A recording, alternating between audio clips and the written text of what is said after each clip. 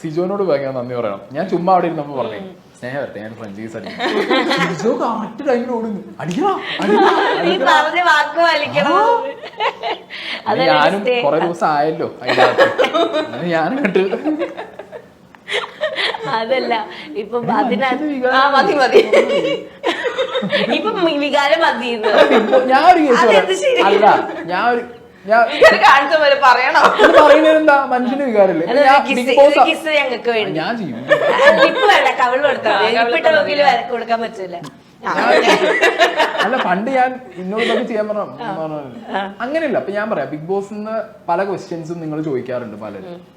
ഞാൻ ഒമർലൂരിന്റെ അടുത്തട്ടെ ഒരാൾ ഈ ക്വസ്റ്റ്യൻ ചോദിച്ചു തന്നാണ്. അത് ഹ്യൂമൻ ഇമോഷൻസ് കാണും, അതും കൂടി കൺട്രോൾ ചെയ്യേണ്ട ഒരു സ്ഥലമാണല്ലോ ബിഗ് ബോസ് എന്ന് പറയുന്നത്. അപ്പോ അതൊന്നും മാറ്റി വെച്ചിട്ട് ഒരാൾക്കും പോയിട്ട് അതിനകത്തൊന്നും ചെയ്യാൻ പറ്റുന്നില്ല. സംസാരിക്കുമ്പോഴെങ്കിലും നമ്മൾ ആ ഇമോഷൻസിലേക്കൊക്കെ പോകും, ചിലപ്പോൾ അതിനെ കുറിച്ച് ചിന്തിക്കുകയൊക്കെ ചെയ്യും.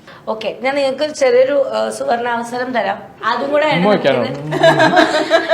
ഉമ്മ നേരത്തെ വെച്ചു, പക്ഷെ ഉമ്മ വേണ്ട.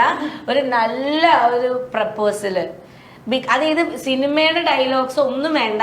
ബിഗ് ബോസ് ഇറങ്ങി എത്രത്തോളം മിസ് ചെയ്തു സ്നേഹ എന്റെ ലൈഫിൽ നിന്നെ, അങ്ങനെ ജെനുവൻ ആയിട്ട് ഒരു ഒരു ഒരു എക്സ്പ്രഷൻ നമുക്ക് കാണണം സ്നേഹയുടെ അടുത്ത്.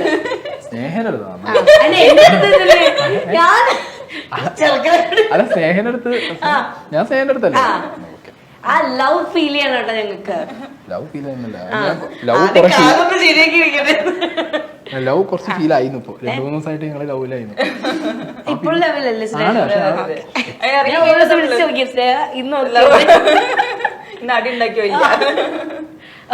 അല്ല സ്നേഹനോട് എനിക്ക് പറയാനുള്ള കാര്യങ്ങൾ ഇതിന് മുന്നേ പറഞ്ഞിട്ടുണ്ട്, അതെന്നെ റിപ്പീറ്റ് ചെയ്യുന്നത്. സ്നേഹ എന്ന് പറഞ്ഞ വ്യക്തിനെ +2 +1 കണ്ട് ഞാൻ പിന്നെ എൻ്റെ വീട്ടിലേക്ക് വിളിച്ച് അമ്മേനോട് രാവിലെ സംസാരിച്ച് ആദ്യം അമ്മേനോട് വലിയൊരു താങ്ക് യു പറയണം സ്നേഹൻ്റെ അമ്മേനോട്. കാരണം +2 കഴിഞ്ഞിട്ട് ഒരാൾ രാവിലെ 6-7 മണിക്ക് വിളിച്ചിട്ട് മോളെ ഇഷ്ടാന്ന് പറയുമ്പോൾ അവരൊരിക്കലും ഇന്നെ തള്ളി ഇങ്ങോട്ട് വിട്ടിട്ടില്ല. എന്നോട് പറഞ്ഞിട്ടുണ്ടായിരുന്ന സമയത്ത് ഞാന് എനിക്ക് ചീത്ത പറയാൻ പറ്റില്ല, കൂളായിട്ട് അവരത് ഹാൻഡിൽ ചെയ്യും. അങ്ങനെ അമ്മ പറഞ്ഞത് മുതലാണ് എനിക്ക് സ്നേഹ എന്ന് പറഞ്ഞ ഒരാളുടെ ഒരു ഇങ്ങനെ കഥ പറയണം. നമുക്ക് പ്രപ്പോസല്ല, ഞാൻ അറിയാനുള്ള കാര്യങ്ങളാണ്. അങ്ങനെ തുടങ്ങി നമ്മൾ പിന്നെ ഇഷ്ടപ്പെട്ടു, സ്നേഹിച്ചു, നമ്മൾ കുറേ മൊമെന്റ്സ് ഷെയർ ചെയ്തു, ഒരുപാട് കാര്യങ്ങൾ നമ്മൾ തല്ലും അടിയൊക്കെ ഉണ്ടായിട്ടുണ്ട്, എല്ലാം ഉണ്ടായിട്ടുണ്ട്.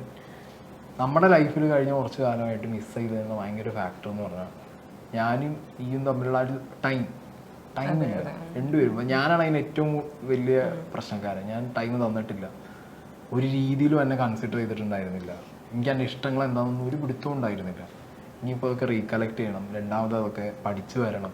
അതിനൊക്കെ ഇനി ഇപ്പം ഇനി ഒരുപാട് സമയമുണ്ട്.